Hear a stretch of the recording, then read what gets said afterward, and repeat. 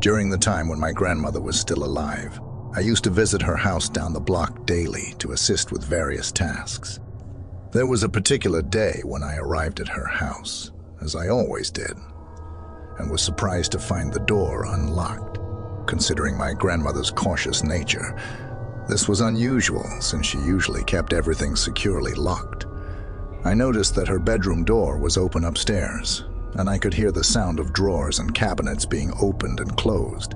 As I ascended the stairs, calling out to her, I was about 5 feet away from her bedroom door when it suddenly slammed shut. I knocked on the door, asking if everything was okay. In that very moment, my cell phone began to ring, and to my astonishment, it displayed my grandma's phone number, puzzled but still answering the call. I heard my grandma's voice on the other end telling me not to come over that day, as she was heading to her seniors club. My heart skipped a beat as I listened to her words. Quickly, I hung up before she could say more, pretending that I hadn't received her call. Maintaining my silence, I acted oblivious and said aloud, "Grandma, I'll be downstairs," before heading to her kitchen, grabbing a knife and dialing 9. The bedroom remained eerily quiet following these events until the police arrived and promptly entered the room. The loud, sudden sound of a gunshot startled me. As the paramedics also arrived and the situation unfolded, they wheeled an individual out of the house. The intruder, I recognized the man's face. He was my grandmother's neighbor from next door. Apparently, upon realizing that my grandmother had left the house, he had broken in with the intention of pilfering jewelry. When the police forcibly entered the bedroom, they discovered the man hiding near the door, clutching a large knife. Had I ventured into that bedroom as I originally intended, the outcome could have been tragic.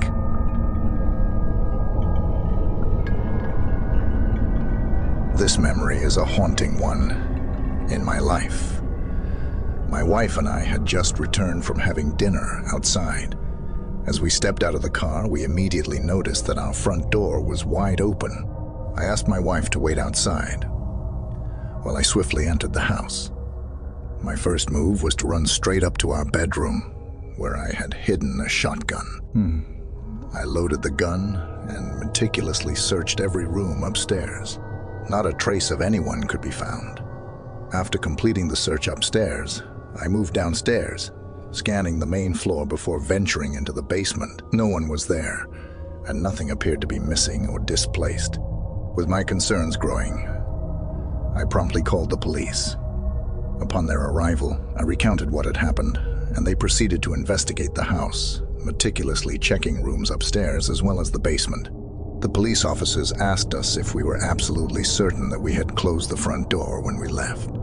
I myself began to have doubts, unsure if I had remembered to close it properly. However, my wife remained confident that we had indeed shut the door. The officers opined that if someone had broken in, they likely left in haste since no signs of burglary were evident.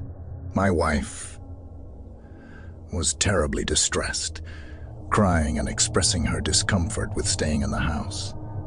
I did my best to console her, assuring her that if an intruder had entered, they had left in a hurry. After hours of restlessly lying in bed, I finally managed to fall asleep. But my sleep was abruptly shattered by my wife's piercing scream. I looked at her, and her gaze was locked onto the closet. The realization hit me like a shock. I had forgotten to check the second closet. In a split second, I noticed a man's head poking out from the closet. Swiftly, I aimed the shotgun at him, loading and cocking it to signal that I was armed. Shouting at him to come out, I expected him to submit, but instead, he made a frantic sprint for the front door. Although I could have fired a shot, I couldn't bring myself to do it. He managed to escape, evading capture entirely. Having that gun proved to be our saving grace from a potentially dire fate. This unnerving incident occurred about a year ago.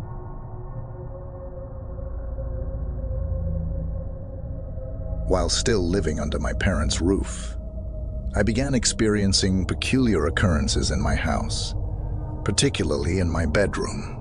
One late night, while I was awake in bed, I heard a creaking sound from across the room. The closet door had somehow swung open.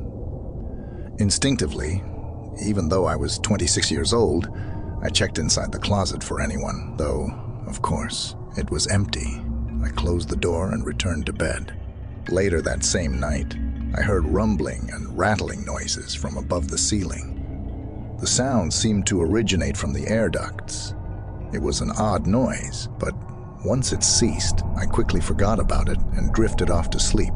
The following morning, I mentioned the attic sounds to my dad from the previous night. Annoyingly, he didn't seem particularly interested, or maybe he didn't take me seriously. That night, once again, lying awake in bed, pondering life, the slow creak of the closet door reopening broke the silence. This time, fear gripped me.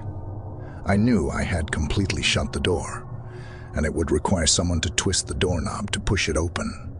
I cautiously inspected the closet for anyone, despite its small size and lack of hiding spots. I rationalized it as a faulty doorknob or something.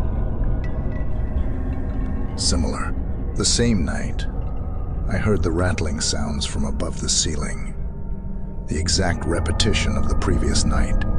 The following morning, I convinced my dad to inspect the closet door. He promptly declared it fine, showing no signs of being unlatched. He suggested that I might have unintentionally left it unlatched. That night, I remained vigilant, waiting for the phenomenon to occur again. Just as anticipated, the closet door creaked open. I braced myself for the sounds from above the ceiling, but this time there was silence. I switched on my lamp and looked up at the air vent in my room. In a burst of terror, I screamed at the top of my lungs.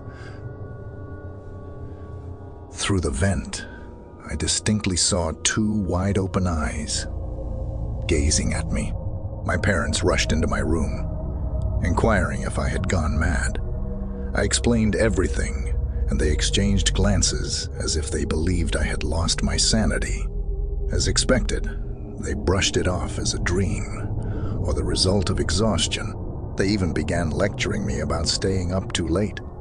However, to this day, I am certain that I hadn't imagined it. It felt too real, from the recurring opening of the closet door to the unsettling sight through the vent. Although I've never been a believer in the supernatural, I still lack any other explanation for those 3 nights.